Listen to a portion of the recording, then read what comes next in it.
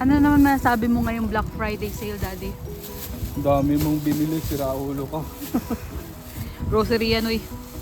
Ang dami nito. Siya, sige.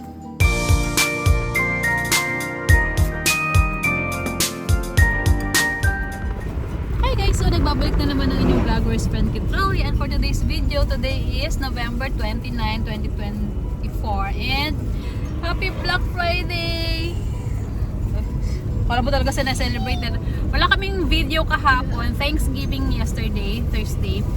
Wala kami masyadong video kasi walang tao rin sa labas. oo, lumabas kami. Lang ingay ng ano. Lumabas kami pero wala rin kami napuntahan. Kasi sarado lahat ng establishment.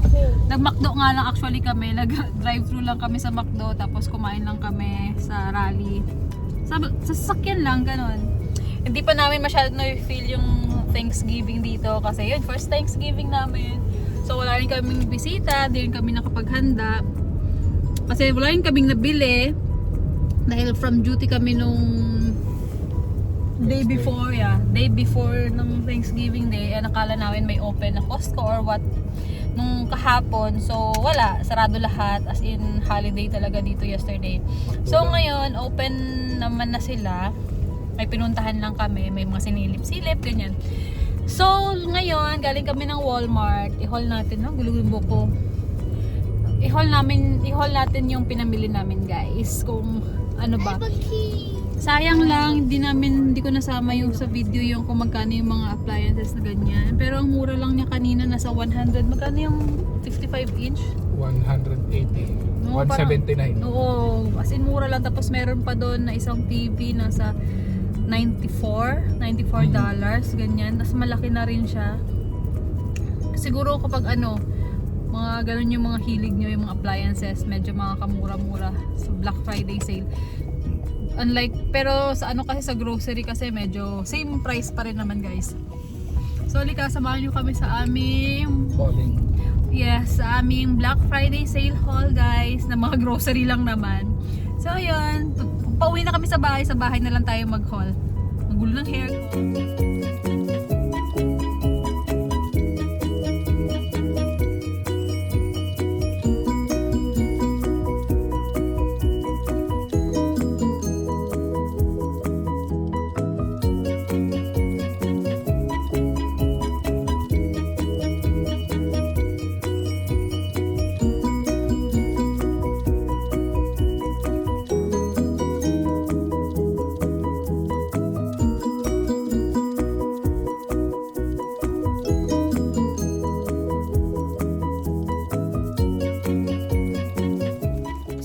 Lahat ng nag-grocery natin ngayon for today's video. Ayan.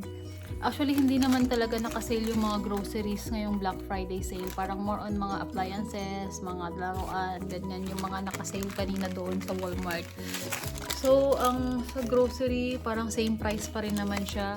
So, ang total natin for today's grocery, guys, ngayong Black Friday sale is naka 525.70. Yan. Hindi ko alam kung naka-zoom ganyan.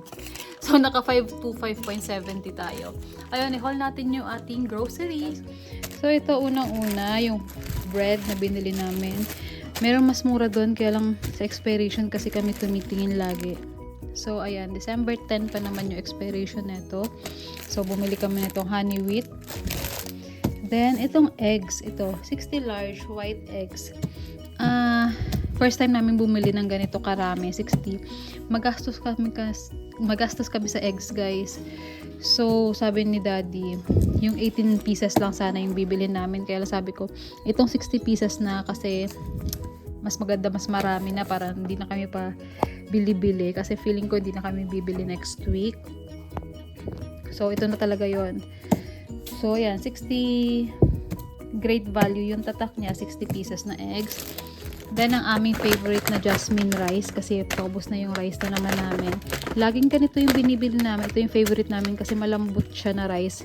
Hindi namin talaga gusto yung basmati rice. So, ito 20 pounds. Then, dito tayo. First time namin bumili na ito. Chicken feet. Chicken post ang nakalagay. So, 528 siya. May date na nga, November 30. Use or freeze by. Hindi ko alam yan. Pero, lulutuin din namin yan. Then, itong Tyson All Natural Fresh Chicken Wings. Ayan, $15.74. Ayan. Tapos, ito, home style meatballs. May meatballs pa kami natira doon, kaya lang medyo hindi gusto ng mga bata yung lasa niya. So, try namin itong meatballs na to kung papasa sa panlasa ng dalawang bata. Great value din yung tatak. Then, meron din dito drumstick.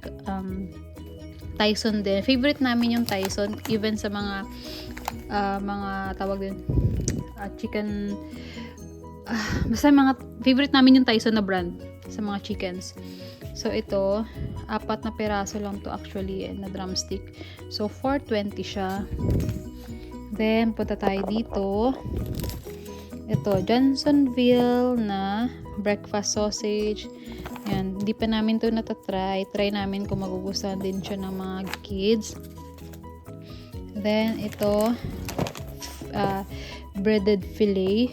Fish to, alam ko yan. Fish fillet. Yan, try din namin to. Wala na kaming nabili na fish aside sa itong breaded fillet na to. So, ayan. Kasi may tilapia pa naman kami natitira sa ref.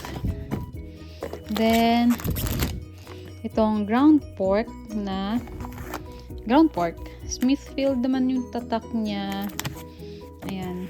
Konti lang kasi ilalagay to ni TJ actually sa ginigisa niya to, tapos nilalagyan niya ng talong, ganyan. Yun yung favorite na ulam ni Ate Baleng, yung giniling with talong. Ginisa ba to? Basta ganyan, parang prito niya yung giniling. Then yung beef chuck riblets, $9.57. Medyo madami naman na to. 2.43 pounds. So, okay na yan. Meron pa dito. Ito. Loin country style ribs din. $12.69 naman. Ano yun? Pork ba to? Pork. Premium pork. Tapos, meron dito. Stew meat family pack. $15.80. So, ayan yung mga colds namin. Meron pa dito. Actually guys, dito naman sa US, hindi naman super mura pero affordable naman yung mga food dito. Kaya feeling ko, hindi ka naman nagugutom dito guys kapag more on food yung bibilhin nyo. So ito, steak strips. First time din namin itong matitikman. Yan, parang feeling ko meron na tong sauce sa loob eh. Steak strips, yan. Then, meron din tayong biniling Johnsonville din na beef brats. Smoked bratwurst ba yan? Try namin yung mga sausage kasi more on sausage dito, wala masyadong hotdog. Di kasi kami nakadaan sa Limings. So, more on mga sausages yung mga nabili namin. Then, ito ring uncured Angus beef franks. Ayan. Yung mga bata sinasari na namin sa pagkain America. Then, ito ring beef little smokies. Yan. Favorite yun ng Lupi. Kasi mga pang baon-baon niya. Okay. Nagbabaon kasi sila ng food dito galing sa bahay. Then, yun. Yun yung breakfast lunch nila. Then, ito, napansin nyo, Tyson din yung, namin, another chicken breast tenderloins. Mga ganito yung niluluto ko sa umaga. Kasi, mabilis lang siyang lutuin sa air fryer.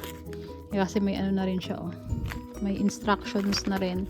Kesa kapag magprito-prito pa ako, kasi, ayun, pag may pasok, ako talaga yung nagluluto.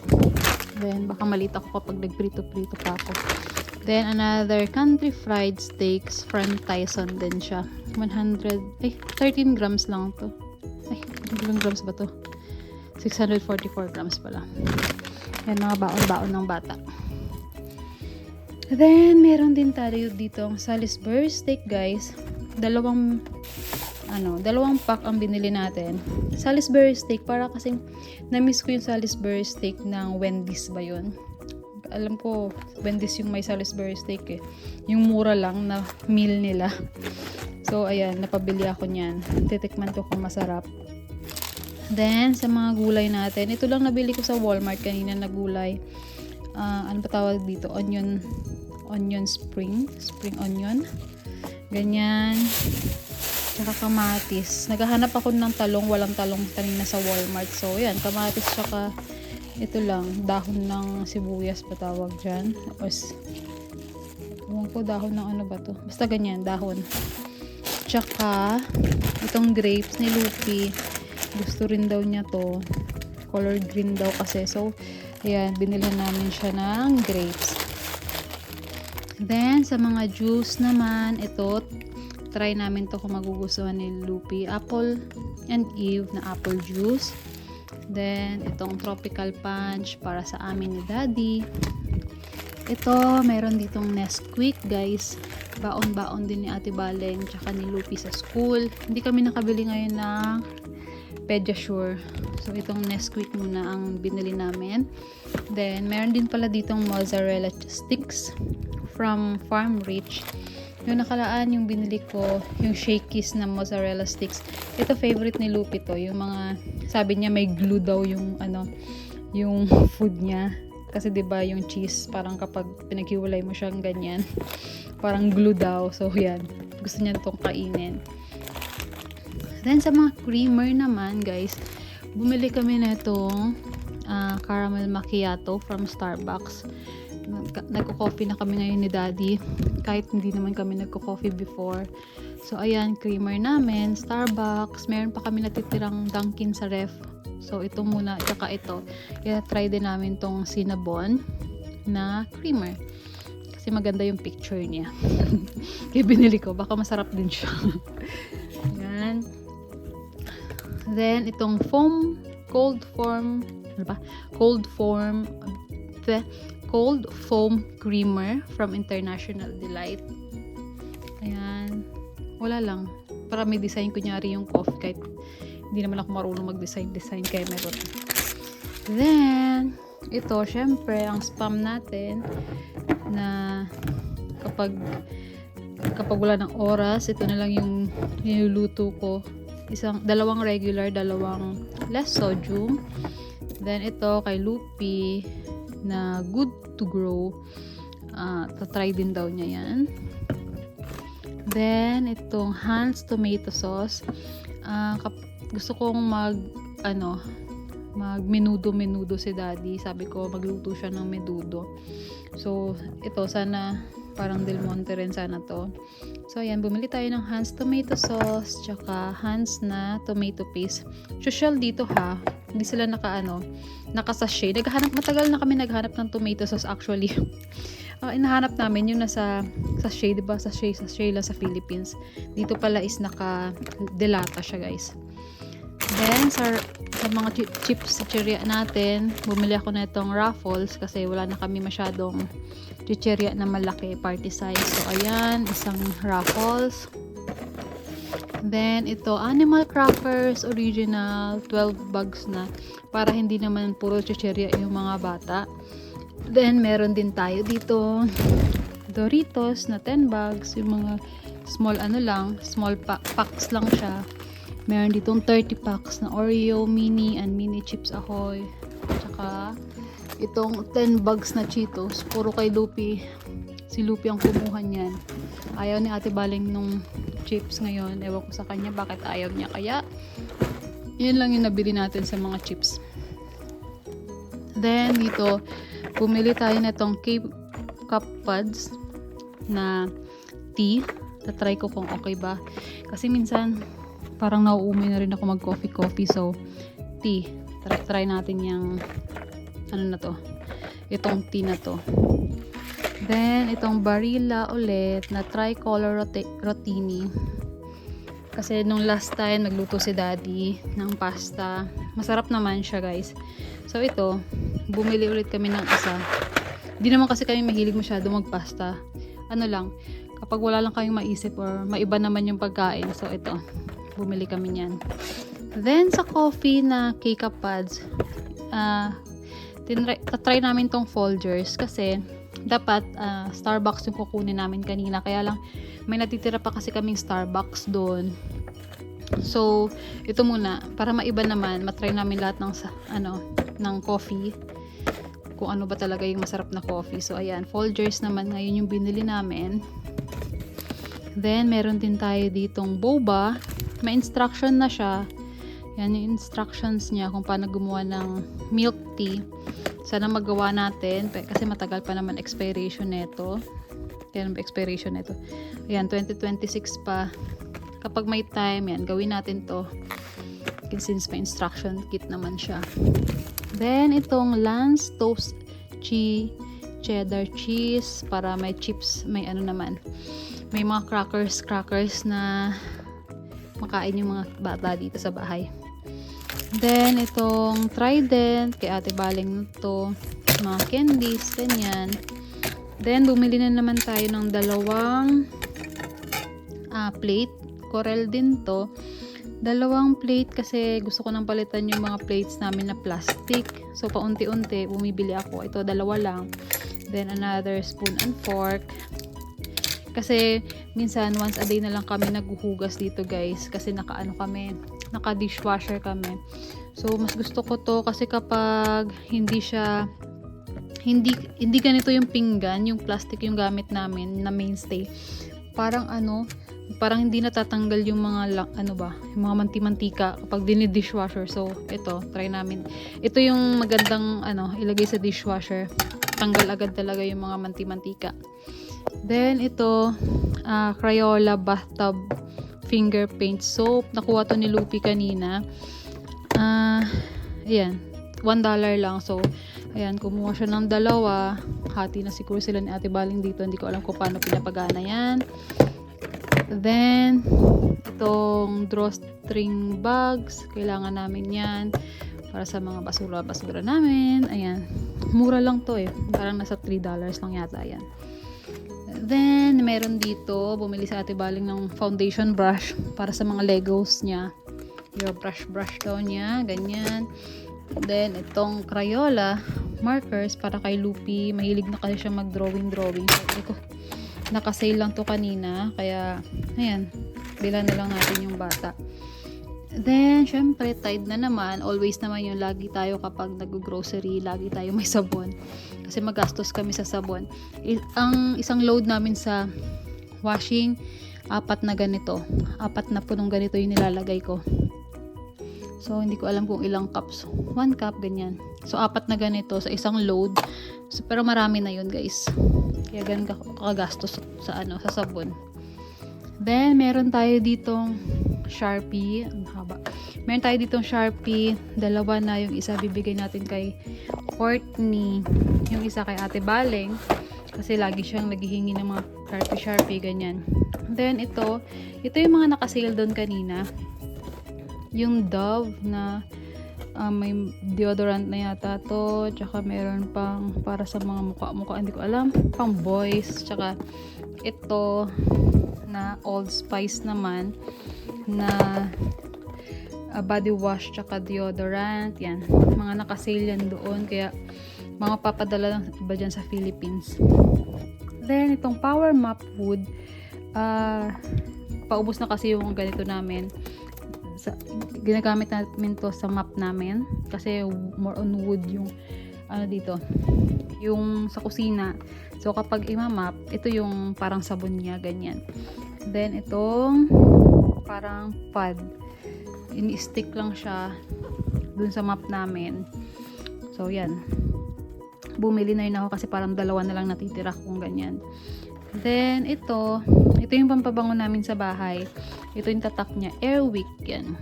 So, bumili na ako ng isang ganito since 5 pieces naman na siya. Hanggang ngayon, yung last namin binili sa Harris Teeter yata yun. 2 months ago or 1 month ago. Hanggang ngayon, parang 2 pa lang yung nagagamit namin. So, tipid na rin siya, guys. Then, ito, bumili sa atin na ito. Lagayan niya ng organizer daw. Lagayan niya ng Sharpie niya. Then, bumili rin tayo na kumuha yung mga bata nitong lightsaber. Lalagyan lang ng battery, 2. Nakasale din kasi yan. So, 2 na sila magkapatid. Binila na namin. Then, ito naman, shower hooks. Kasi bumili rin ako ng bathroom liner, ba tawag doon. Ayan. So, papalitan ko yung namin, shower hook. Ito yung papalit ko. Ewan ko kung mamaya pag sinipag-sipag ako, papalitan ko na yung sa CR namin. Then, itong Hershey's Hugs. Si Ate Baling tsaka si Daddy lang naman mahilig sa mga chocolates. Si Lupi gusto niya rin, kaya lang sumasakit ang teeth niya. So, yan, bahala na sila dyan. Tapos, syempre, yung Lysol, ito yung panglinis natin sa mga lababo, sa mga hugasan, sa kitchen, ganyan, pati dito sa table namin, sa dining table. Yan yung pinanglilinis ko. Pinanglilinis din ni ate, ganyan. So, magastos kami sa ganito. Siguro mga nakakadalawa kaming pack nito sa 2 weeks, ganyan. Depende kung gaano kami kadalas gumamit. Then, the last one is this one. Table runner ba to? Ay, hindi. Ano pala to? Accent rag, basahan, para lang dyan sa kitchen namin. So, ayun guys, ito yung mga gin-grocery natin for today's video, for today's Black Friday sale. Hindi naman siya actually naka-sale, yung iba lang dyan. So, ayun lang. Thank you for watching. Bye!